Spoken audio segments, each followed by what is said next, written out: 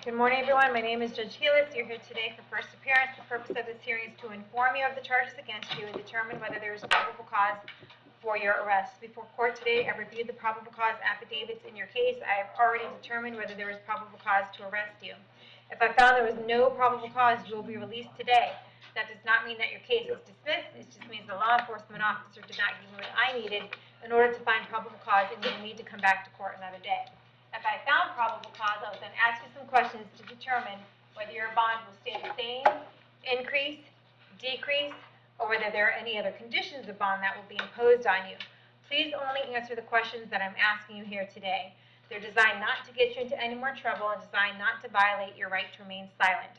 You have the right to have a lawyer represent you at each stage of these proceedings. If you cannot afford to hire one, I will appoint the public defender's office for you today. At this time, I'd like everyone to raise your right hand so I can place you under oath. Everyone here for first appearance. Solemnly swear or affirm the testimony before the court be the truth, whole truth, nothing but the truth. All right, go ahead and put your hands down. As I call your name, please come forward to the podium. Cheyenne Steele.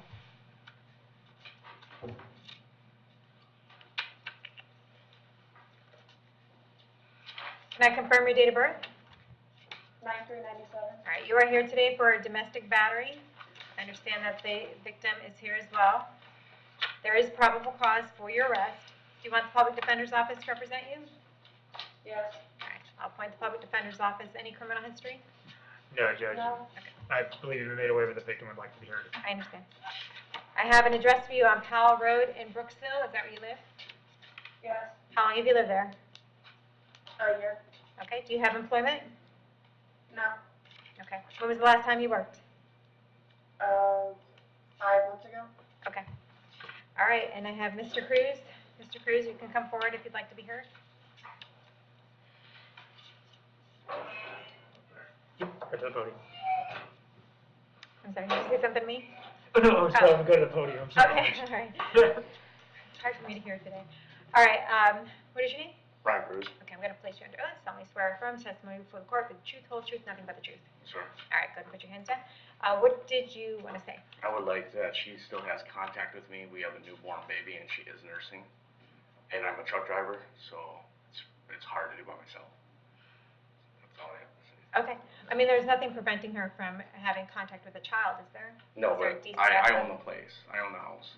Okay, So she lives with me. okay. That's about it.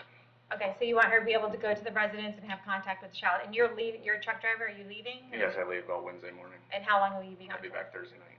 Okay, so you only go for like a day at a time? I go Day or two here at a to time. Texas. Okay.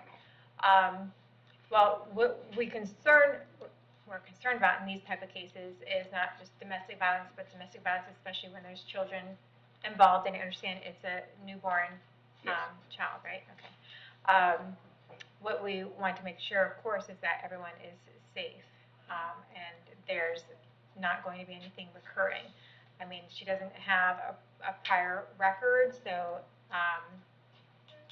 the chances are, I mean, there's no evidence that it's a recurring problem. So, Has it been a recurring problem in your relationship? no, just we argue. That's about it.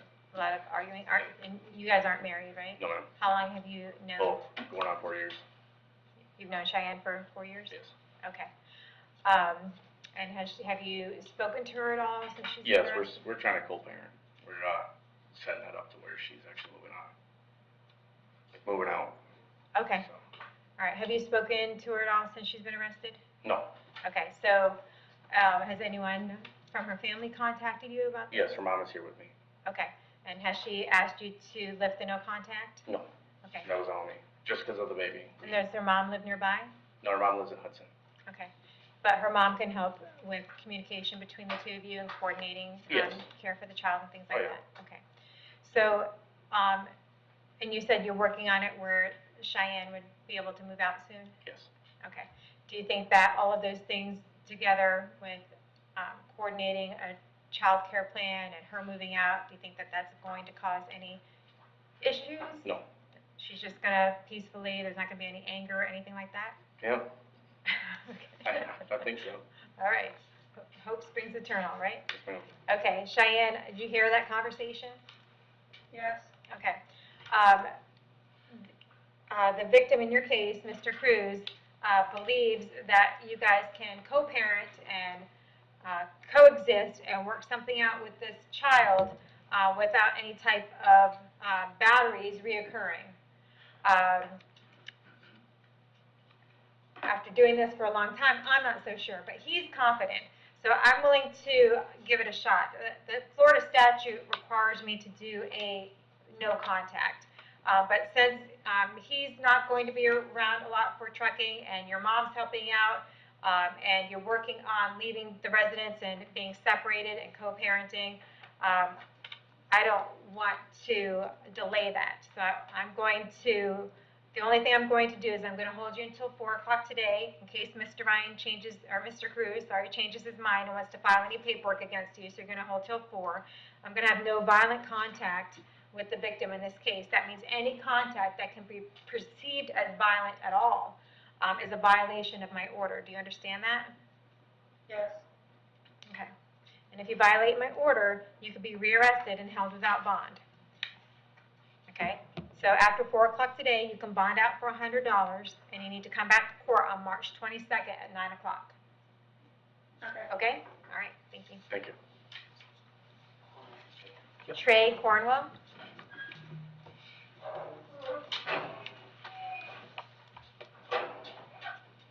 Can I have your date of birth? March 14, 1992. Okay. You are here today for a battery. I have probable cause for your arrest. Do you want me to appoint you a public defender? Yes, please. Okay. I will go ahead and do that. Any criminal history? Yes, Judge, adjudication in 2019 for trespass, adjudication 2018 for battery on a Leo, adjudications 2018 for felony in possession of ammunition and possession of marijuana, adjudications in 2017 for burglary with structure and grand theft, adjudication 2016 for felony petty theft, adjudication 2011 for criminal mischief, adjudication 2012 for possession of a forged bill, adjudications 2011 for reckless driving, first offense, and no valid driver's license, adjudication 2011 for ag assault with a deadly weapon, adjudications in 2011 for forgery, grand theft, and petty theft, adjudications in 2011 for burglary with conveyance and petty theft, adjudication 2010 for retail theft, withhold 2007 for no valid, and that's all I'm seeing. Okay. Mr. Cornwell, I have an address for you on Fellowship Lane in Wekiwachi. Is that where you live? Not recently. Okay. Where do you live these days? I've been homeless since I came out of prison. Okay. When was that? March 9th of 2019. Okay. And do you have any type of employment? I have SSI benefits now. Okay.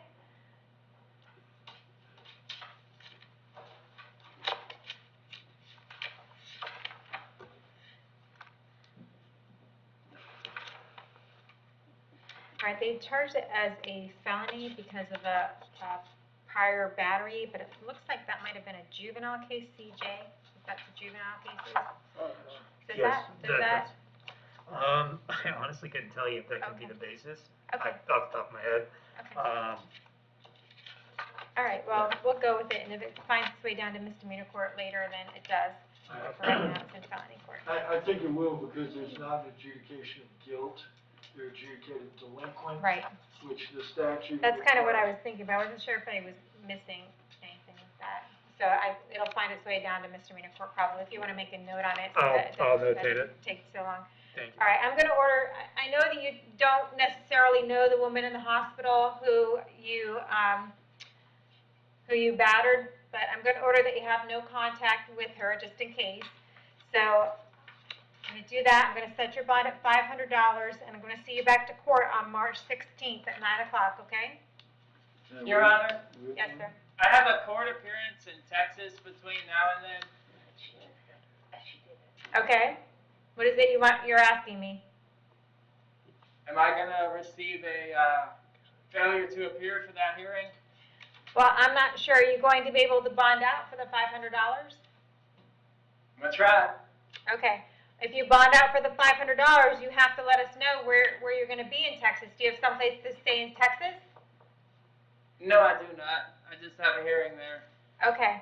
Our concern here would be that we would have this case against you and that you would go to Texas and not come back. So Yes, ma'am.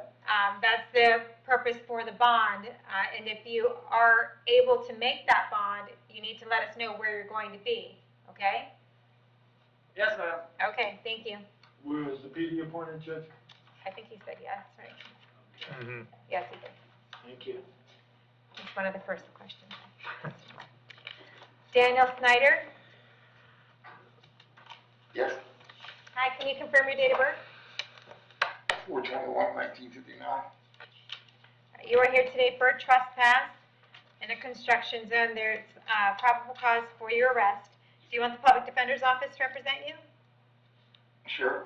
All right, I'll appoint the public defender's office and any criminal history. Yes, judges, withholds in 2019 for possession of marijuana and possession of paraphernalia, adjudication 2019 for Dwellis, another adjudication 2019 for Dwellis, withhold in 2018 for no motor vehicle registration, an adjudication 2018 for no motor vehicle registration, a withhold in 2018 for no motor vehicle registration, a withhold in 2016 for Dwellis, withhold in 2010 for worthless check. I believe that is it. I have an address for you, Mr. Snyder, on Lakeshore Ave in Spring Hill. Is that where you live? Yes, Okay, how long have you lived there? about 2 years. Do you have a job? I'm retired. Okay.